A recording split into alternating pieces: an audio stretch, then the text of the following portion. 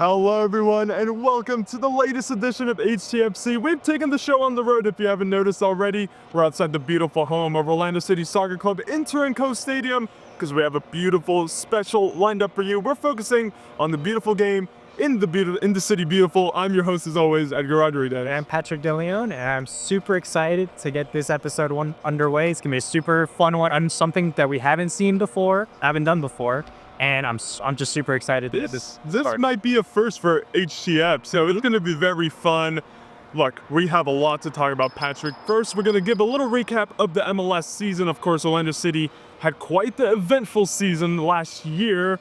We're going to look forward and give our thoughts on how they're going to do this season. And of course, you're going to want to stay tuned for next segment because we have another surprise lined up for us. But let's take a few steps back, Patrick. Of course, the 2024 season for Orlando City saw them reach the playoffs a fifth straight season in a row. Yes. They made it to the Eastern Conference Finals after finishing fourth in the regular season after a hot finish to the season. They were one of the hottest teams heading into the playoffs. But talk to me about that New York Red Bulls game. We were both there for it.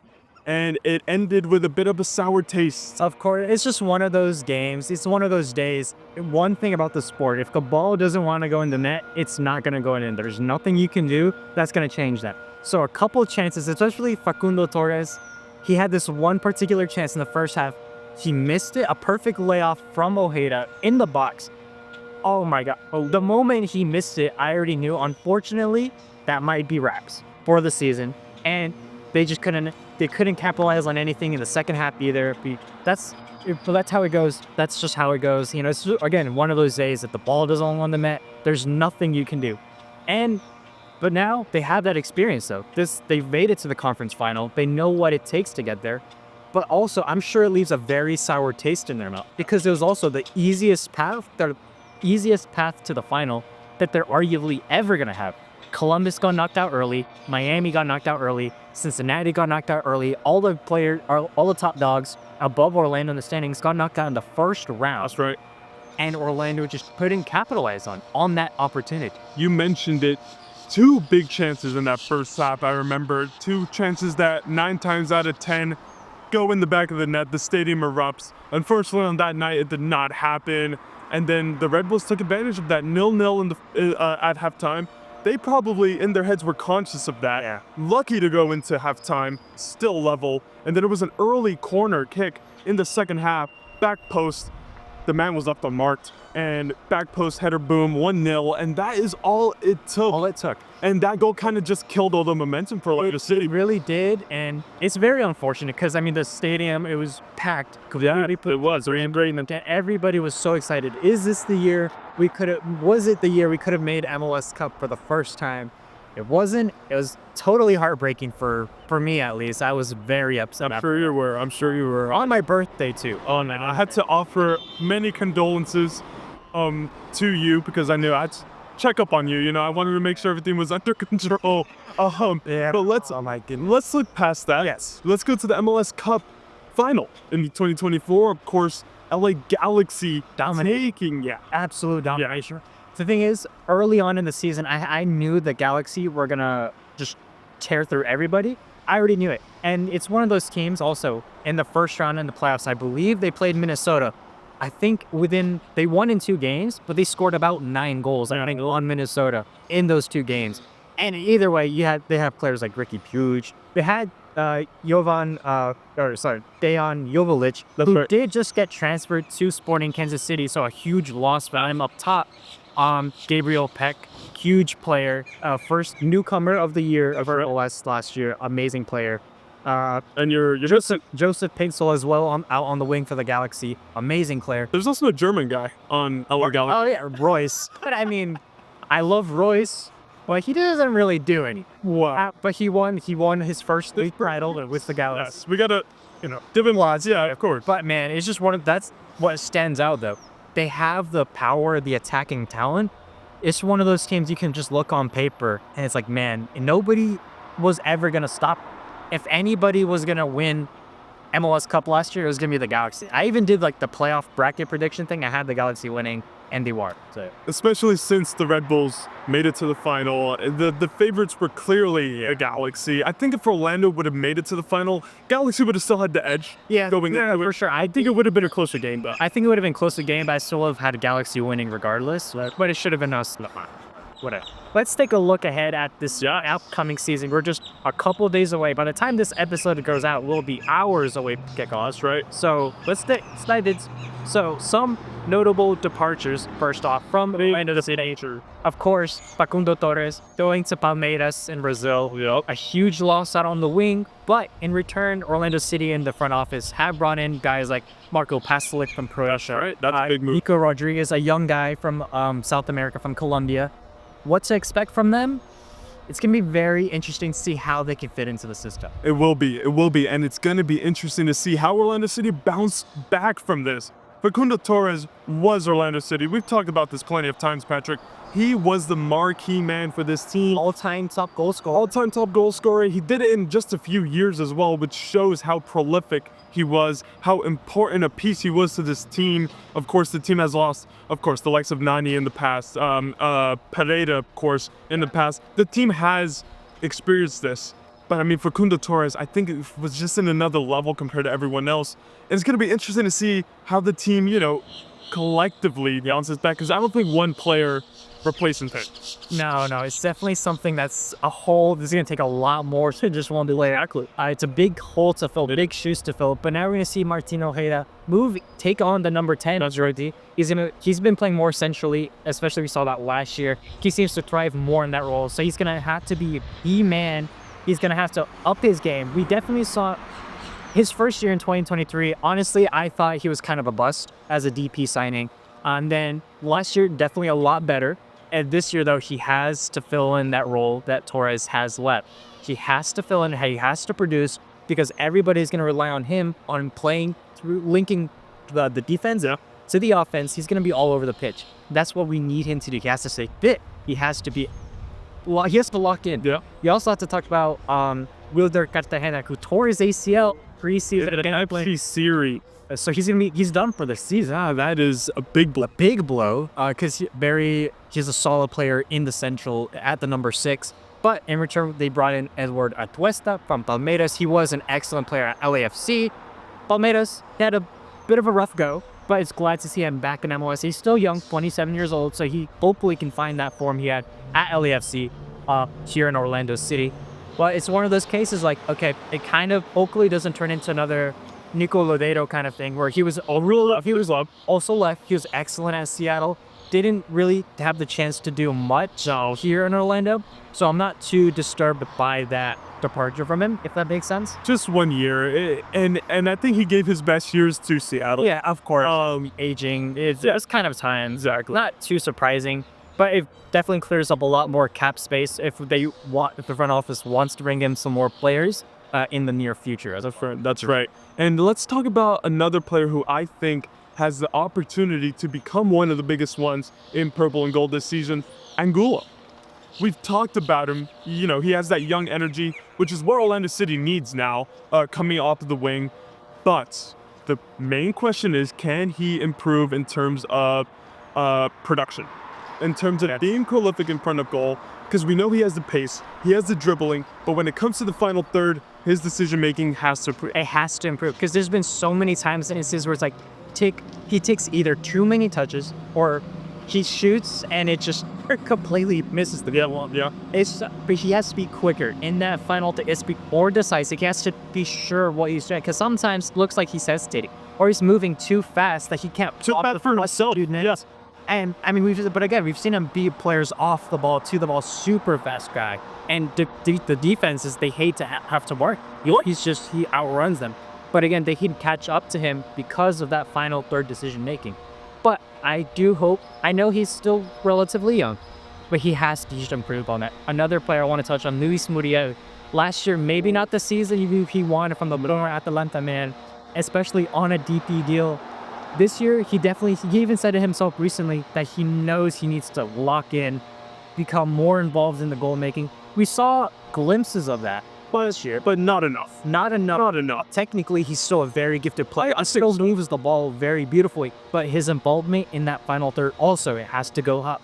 Especially since, again, all comes back down to Torres leaving. Because it almost felt like at times it was only him producing the goals, either through goals himself or assisting. It was always through Torres. Everybody right now has to lock in together. I will say that as they all have to lock in, especially because this year's gonna be a weird transition year, I think. Absolutely. And Luis Muriel, man, I almost forgot about him, honestly. I mean, he did not bring the production that I think everyone expected coming from Europe, you know, being fantastic for Atalanta. Of course, they won the Europa League last season, knocked out of the Champions League. We just have to find a way to work in Europe somehow. But we'll quickly move on from that. But I mean, he definitely needs to up his production as well, because I think he has the potential to be the marquee for it, marksman for He one. can. He absolutely can, especially right now with Duncan Maguire out temporarily with a shoulder injury. He has to step in, especially when you. But we can also talk about Ramiro Enrique as well. He does really good on the wing up top, but he also has to be a little bit more clinical.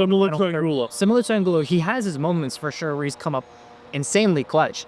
But sometimes it's like, man, you just can't miss certain shots. Yeah, you can't. I feel like that's the story with almost all of these players. I feel like ever with Leicester City, it's always been just a matter of like, you're 1-2 steps away from being that championship contending team, MLS Cup contenders. But right now, until they get to that point, they'll make the playoffs. It's just a matter of whether they can actually get their, I was about to cuss on stream. If they can get their stuff together, right? That's what it always has felt like. 1-2 steps away, 1-2 players away from making that MLS Cup run. And last season, they were just that one step away. They were right there. They were 45 minutes away from an MLS Cup appearance. Like we said, unfortunately, they fell just short. You mentioned the playoff picture. We'll get to that in a little bit. Let's talk about the backline and the defense for Orlando City a little bit. Of course, Pedro Gallese in goal. That is the one position Orlando City fans do not have to worry about. El Pulpo will be back in goal for Orlando City. You know, the Peruvian international, always, you know, securing it, locking it in at the back. Interestingly, you know, something we saw last year, though, that first couple months, he looked like a husk of this form. A little rocky. He was a little rocky. Not a little rocky. He was terrible. It was actually terrible. I don't know what clicked in his head later on in the season where it was like, okay, that's the guy that say we know and we all love. But those first couple months, dude, he was letting everything and anything in the back of the net. But that's also leads into this other point. Those really late starts in the season. Yeah. First few months have always started off really, really slow. They can't pick up the points they know they can get from certain teams. And then once summertime comes around, then they finally start to click. And then they're always statistically one of the hottest teams in the league after that. I mean, we've seen it for the last 2 years. They finished at the top of the table if you look at the second half of the season. Of course. But in those first couple months, man, they just don't know what to do.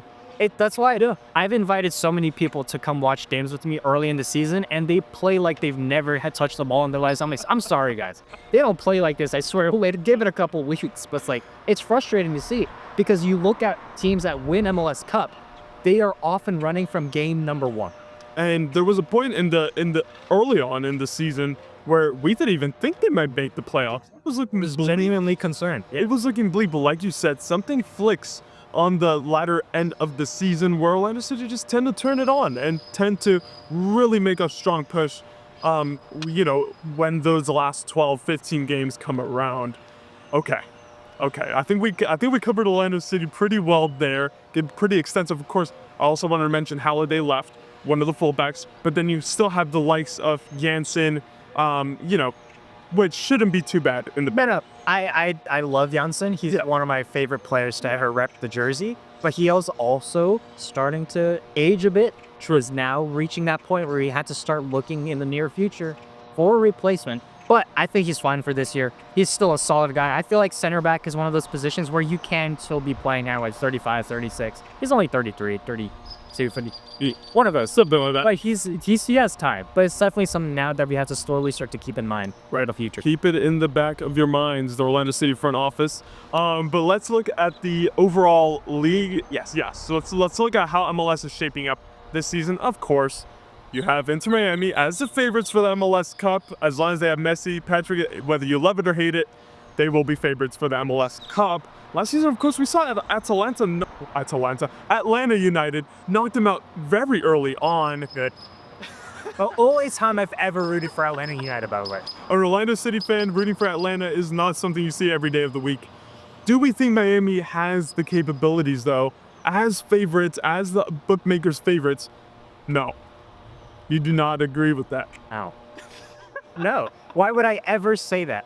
Do you see the jersey? Objectively. No. Okay. The thing is, Mascherano, he was very unproven at the U20 of Argentina, and now he's already in this position. In a very different league in terms of rules and what you can or can't do. I don't think they can cut it. Okay. They'll make the playoffs, of course. Yeah. But I don't think they cut it. Okay. So you don't think... You think another early exit for Messi? Not an early one. Maybe not an early exit. Maybe they learn from their mistake. But I don't see them winning the cup just because I think defensively they're still very, very lackluster. Okay. Well, that is a great point. Of course, we tend to look at the attacking side for Inter Miami, but like you said, defensively they leak a lot of goals usually. Let's look at some additions other teams have made. For example, Miguel Almiron. We've talked about Atlanta before. Also, the only Atlanta United player I've ever liked. Miguel Almiron, he's back. After a while at Newcastle United, started off okay, but then just like the past year or two, hasn't featured at all for the Magpies. He's back home. He's back where he is comfortable. And I think, for Atlanta, that is one of those signings that, Oh, for sure. I mean, they love him over there. Of course. I do like him, but I'm a bit sad he's going to be back in Atlanta. Right. But man, I remember the first game I came here for, August 24th, 2018, Orlando City, Atlanta United. 2018? And of course, Almiron was there playing, and I'm like, dude, this guy was real. This guy is amazing at the time. The face of MLS, arguably. Him and Joseph Martinez, I won't get into him, but him and Joseph Martinez in Atlanta United at that time period, man, it was magical. So I was super excited to see him go to Newcastle, get that European experience. Now he's back in Atlanta.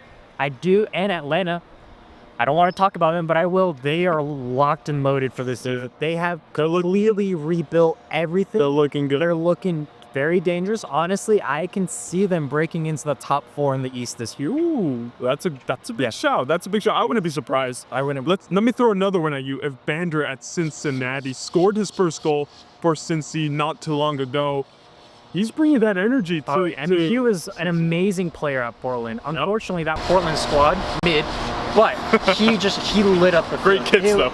Oh yeah, beautiful. But man, yeah. Evander at Portland, he was just amazing. Now Cincinnati losing Lucho Acosta to FC Dallas because he wanted a way out. They bring in Evander. Yep. I was hoping Orlando could snag him from Portland, but things didn't work out that way. There were talks, but it just never evolved fully.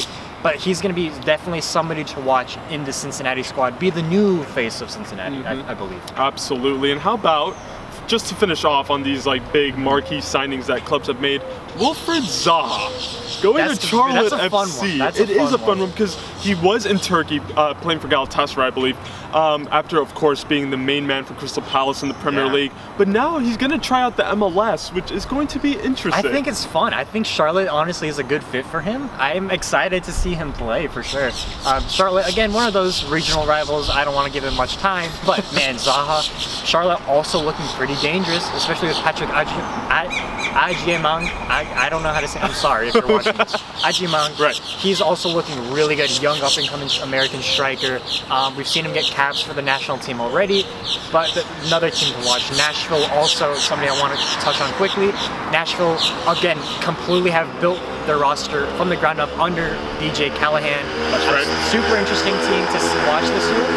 And I think a big transfer we have to talk about, an outbound transfer we have to talk about, Cucho Hernandez from Columbus Crew, going to Real Betis in La Liga. Right. Trying out Europe. 15 million. Man, I loved him as a striker. He was just so good. It's a huge loss in terms of overall quality of the league, however. I think 15 million was not enough money. No. Easily at least a 20 mil player. Columbus definitely could have gotten more out of him. but I have Columbus finishing really, really low this year. Zero Potential flop signings. for the season. They've let go so many players. They're going to tank this year. Wow, yeah, Cucho, huge loss not just to Columbus, but to the league as a whole. But stay tuned. Unfortunately, we don't have hours and hours to talk about Orlando City. That was a fun start to this special episode of HTFC. But stay tuned, like I said, because we might be going somewhere else. Potentially. Come back after this. Hello. So I guess the crew's getting ready for the next segment on one of our amazing shows. I'm Nick Cohen, host of season 20 of Hitting the Field, and let me tell you about those amazing shows. On behalf of HTF, we hope you're enjoying today's content, but I'm here to tell you about everything else we offer here at the network. Mondays at 4, HTF Bets goes live for season 10 with 3 gamblers that, although it may not always seem like it, are here to help us all earn a little bit of extra money while we watch sports. Diego Ortiz, Tyler Brownrigg, and Andrew Gregg's ball knowledge and fun personalities make this show a fan favorite. On Tuesdays, you all loved it, so we brought it back for season 2. It's Girls Got Game, hosted by Frankie Noble, a show blending women in sports, the biggest sports news stories, and creative segments that make for a fun and engaging show. Next is everyone's favorite sports podcast, The Combine, hosted by who other than Ty Patton, an easygoing, conversational, and technical podcast dropping Wednesdays, also on Spotify at The Combine. Then tune in Thursdays at noon for the network's main show, season 20 of Hitting the Field, hosted by me. Here, we'll cover any sport, any topic, any story, no matter how obscure. We love some football, basketball, hockey, F1. We also cover baseball, soccer, and we even have to show the UFC love sometimes. Penultimately, TGIF, because Friday is nighttime, hosted by Kathleen Moore and Matthew Bracker. Season 8 of Nighttime is where you'll turn to for all things March Madness, UCF sports, and other collegiate events. We're ending with something brand new. HTFN has never had 6 shows running at once. Also filmed in our new podcast studio is HTFC, hosted by Edgar Rodriguez and Patrick Deleon. Football, or soccer in America, is the most popular sport in the world. Across multiple leagues and cups, soccer is a year-round sport, and HTFC is your new source to stay updated. Also on Spotify, by the way, at HTFC. Outside of our 6-show roster, be sure to tune in to our other content, such as the Studio Days vlog, run by our vlog squad of Brianna St. Jean, Michaela Croker, Ashley Rowe, and Ben Huber. Make sure to follow us on our social medias like Instagram, Facebook, and X to stay updated on all HTFN news. Remember to subscribe right here on YouTube, leave a like and comment. And with that, I think we're ready for your next segment. I'm Nick Cohen. Thank you for your continued support, and back to your regularly scheduled programming. All right, everyone, and like I said, as promised, we have a new surprise for segment 2 because we have come to the Camping World Stadium, just 5 minutes down the road from Inter&Co. I can literally see the entrance. Right over there. Yup, right over there. That's the beauty of soccer here in this city. We have many arenas, many stadiums to support this. So, we're here because the Club World Cup has a new format, and of course we are lucky enough to get games right here in Orlando, and we're gonna delve into that and some of the groups that have caught our attention. So Patrick, I mean, new format of the Club World Cup, it's exciting. It is exciting, so it's definitely good. The first new format here in the United States. We're lucky we're gonna have, I believe, 6 games here total in Orlando, 2 at Inter&Co. That's right. And it's gonna be 4 here, 2 of them being knockout games, a round of 16 matchup and a quarterfinal matchup here at Camping World. What are the matchups that we're gonna have here, Edgar? Yeah, Rodrigo? so let's start at Camping World. Let's start at Camping World because that is where the bigger games are gonna happen. So, I mean, we have a treat getting ready for Camping World Stadium. Manchester City against Juventus. I mean, wow, Group G.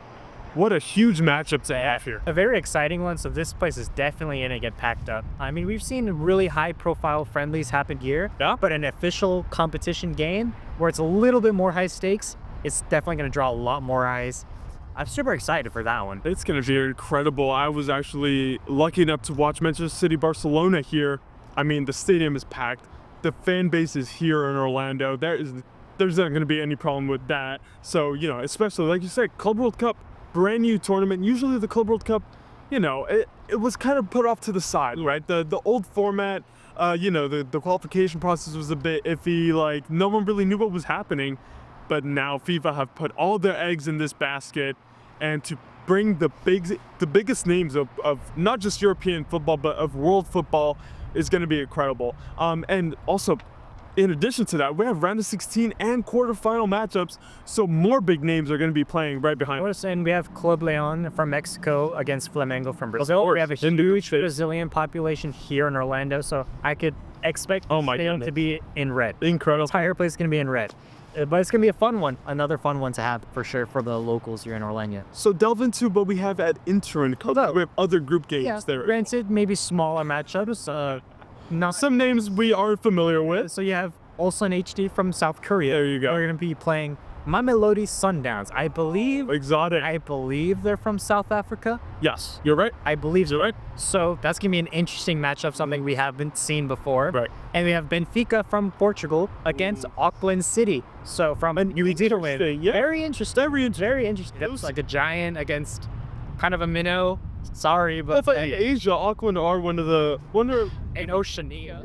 yes. I hope we're in that region. I could predict maybe a high-scoring game for that one. For Benfica, yeah, But regardless, it's still super exciting to have all these kinds of matchups, not just here in Orlando, but in the United States in general. And that's the beauty of this tour, right? Like those two clubs would have never met in other right, exactly. But the Club World Cup is going to bring them all together here, and we're lucky to have them here. We hope to be there in person because it's going to be so fun, so much fun, so fun to be there. So fingers crossed for that.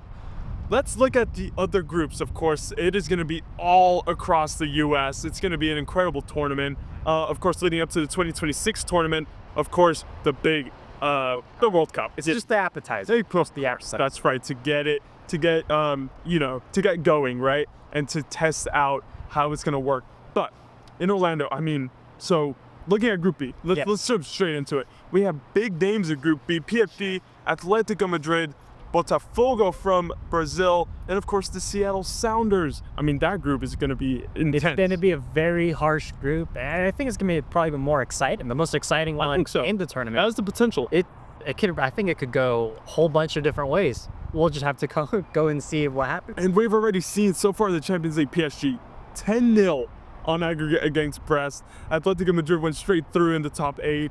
When those two teams come up together, it's going to be fireworks. And then, of course, Botafogo, the Brazilian champions.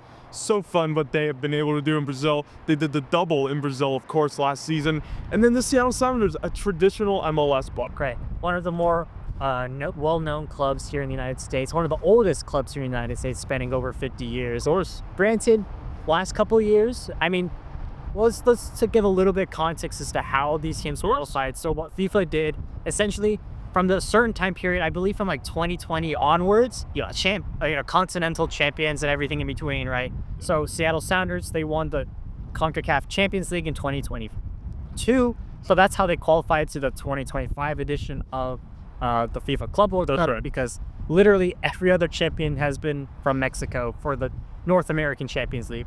So because of that, that's how Seattle are here. But since that point, it's a completely different Seattle team. As for most of these teams, like Chelsea would be a good example. That is the perfect example to talk about. They won the Champions League in 21, I believe. 21, and they qualified. But I think, it's kind of thinking outside the box for FIFA, right? Because you have to bring the biggest look. Yeah, right. But with that being said, I know some people aren't entirely happy because you still miss some very big names regardless. 100%. Your Arsenal being one, but that's their fault for not winning anything. Next one. Then you have Barcelona. Why are we catching strays like that, man? Like, come on. Man. But anyways, but some notable names obviously missing out, but that's just a matter of not being able to accommodate, and it's already a big field. Like we'll see in the World Cup. 48 teams. Yes. They didn't decide to push it that far for the Club World Cup. But lots of teams. Nevertheless, let's go to Group C because again, big names from all over the world. We have Bayern. We have the likes of Bayern, Boca Juniors. Of course, River Plate fan here. Let's put that to the side. And then of course Benfica. Those games. Bayern Benfica is a Champions League matchup, and we're gonna have it in the Club World Cup. Yeah, and not only that, but think about it. Boca Juniors. From Argentina. When do you ever see these teams ever play each other? That's right. Again, that's what I love. I think we've already said this. Well, that's what we love most about this tournament now. It's just the opportunity to play teams that otherwise you're probably never going to play again, especially if you're one of the smaller clubs. So Auckland City, they have the privilege to play against Bayern, Benfica, Boca Juniors. I'm sure their fan base and their players, they're going to experience it. They're going to enjoy it. Maybe not the result. Off the field. Maybe not the But I think they'll results. be blessed. Like, I mean, they're going to be super glad that they even had the opportunity to play Of course. some European giants and maybe prove themselves on a higher level. That's right. And that's not the only group. Again, we've already spoken about B. We have D as well. Flamengo, Chelsea, Leon. I mean, all these clubs. Of course, we've seen James Rodriguez go to Club Leon, score on his debut. So it's just lots of little storylines all over the place. Group E. We have talked about Boca. Let's go to River Plate now, because they're going to be playing the likes of Monterrey, the likes of Inter Milan. Of course, they have enjoyed a ton of success in Europe. They made it to the final of the Champions League not too long ago. This year, again, they're looking strong in the tournament. Big group there as well. And honestly, I think Urawa are a sleeper agent. Because they're very dominant in Asia. Champions League played, they're very dominant. They've won the Champions League many times already. I do think they could probably score. Man, it's just so hard. I think It is. it's going to be hard, but I think they could potentially squeeze in there, potentially. But I think they'll definitely be competitive. They won't be a slip over. Let's switch topics now that you talk about that, because, of course, this will be, leading into the domestic seasons in Europe at least. What do we think the teams are going to do? What do we think the clubs are going to do in terms of lineups? So I definitely think that, at least for the larger clubs, for sure, they're probably going to lean more academy players, guys that don't get so many minutes. But you look at these smaller teams, they're 100% going to play their main guys. Of course. Especially because at least like the two MLS teams we have, right? Seattle Sounders and Inter Miami, let me say it for you. yes. So, those two guys, they're going to definitely maybe have more leeway in terms of flexibility because their schedule is built around this whole thing. Right. So they're going to have maybe more freedom to play their starters and actually try to go and get out of the groups. But bigger teams, we see in preseason all the time. Yeah. Sometimes they do start with their, made their. And then later on. Right. But preseason is different because you can have all kinds of substitutions. This is an official competition, so they have to be smarter with how they line up their guys. They can't just pull them off within 30 minutes because that's enough, right? No, it's not going to work like that. But I do think these smaller teams are going to try to take advantage of that. And I think also the European clubs, they will be in the summer transfer window. It's going to be interesting, kind of like an experimental thing maybe. And of course, once you hit those round of 16 matches, quarterfinals, and onwards, it's going to get serious. Teams are going to be here to win it all. And I think that's going to, again, just an added element to this whole tournament. It's brand new. We don't know what to expect. We don't know if we'll get upsets, which we surely will, right? Unexpected results and stuff like that. But I think this tournament has a lot to offer and is very promising. Was there another group you maybe want to talk about? There's many more big teams. I guess another notable group for me potentially could be Group E because you have the likes of Dortmund, Fluminense, and then, of course, Mamelodi Sundowns. But Dortmund, we've seen in Europe right now, pretty solid. Bundesliga, not so topic. But we could see them potentially also go pretty far in this tournament. I mean, it's Dortmund. They have a relatively easy group on paper, so I feel like they should get the job done. But what about maybe surprises? I already said Urawa Red Diamonds, potentially. Seattle Sounders, no. They're in a group of death. That's the group of Yeah. I think they got pretty unlucky with the draw. I'm just excited to see how the South American teams, face off against the European clubs. Because many times, the overall consensus is that, European football is the elite. It's the top. But now we're going to see the biggest names from not just Brazil, but from Argentina as well, mainly, come up against those big guys and test themselves. I think one of those clubs, don't be surprised if they make a far run. And maybe one of the European clubs, like we said, maybe going a little weaker, suffers from that. I think that is definitely on the cards. And then, of course, we have the likes of Group H, Real Madrid, and Ali from Al Hilal, from Saudi Arabia. And then, of course, City and Juventus in Group G. Lots to look forward to there. It's only a few months away, so the summer of soccer here in Orlando is going to be incredible. Let's talk about the overall picture, the overall kind of growth of the sport we've seen here in Orlando, Patrick, because, man, I mean, a couple of years ago, I don't think this would have even been a thought. But now, to all of a sudden, get this new Club World Cup, to get the World Cup coming in the US in 26. Of course, unfortunately, not here in Orlando, but down in Miami. I mean, that's just a testament to the growth of football here in the city and in the country. For sure. I mean, we have the infrastructure. That's the most important part. Granted, a lot of these games are going to be played in these bigger venues, but think about it. This Club World Cup, aside from Inter&Co, which is a soccer-specific stadium, you also have Geodis Park in Nashville, 30,000-seater, soccer-specific stadium, brand new, fairly new, very nice. They're going to get some games over there as well, but it's going to be super exciting just to see how all these games play out, how all these fans. I'm more curious about just like who's going to show up. Yeah. I think that's the one concern I do have with this tournament, to be honest. It's just like, how are the fans going to react? Are they going to come out? For sure, they're going to come out for Juventus. They're going to go out for Madrid. They're going to go out for all these huge teams. But maybe there's little matchups, Sam. what can we expect? Is that something that FIFA is going to take a look at and maybe try to correct in the future? But there's only so, if you want to branch out to reach out all these different. It goes back to the representation. You know, yeah, I understand. I mean, travel is expensive. I know the United States is a huge country, but I think this is also just a learning point for looking ahead the World Cup in 2026. How can they manage, I guess, the load of, how can they just keep it all together without falling apart? No, of course. It's just because, again, there's just so much distance to cover. But I think that's what I think that's what this tournament is for. Absolutely. It's very much just a learning ground. It's brand new, like we said. First ever time. It's going to be a huge kind of lots of learning points to take from it and to carry on from and to grow from. What we don't want to see is potentially, a couple instances, and we're looking back at the Copa America from last year. It's because, especially final down in Miami, we saw how chaotic that was. I think FIFA, now that they're in charge of this, are just going to look at it and just don't want anything like that to repeat. Yeah, they're going to want to avoid a similar situation like we saw at Hard Rock Stadium, but hopefully we stray away from that, and I'm sure it's going to be a celebration of the sport here in Orlando. We're lucky to be here for it. We're hopefully going to be there for it in person, and at HTFC we did our best to highlight what is going to go down here in Orlando. The beautiful game in the city, beautiful. It's meant to be. It was written in the stars all along, and we finally have it coming very, very soon. But Patrick, thank you for joining me once again on HTFC. It was a fun one. We took the show on the road. It was just, we kind of just threw it out there, but we made it a reality. So very proud, of course, you and Brian as well behind the cameras. Thank you so much for all your help. But from us, from the Camping World Stadium, we'll see you next week. We should be back in the podcast room. Who knows? See you then.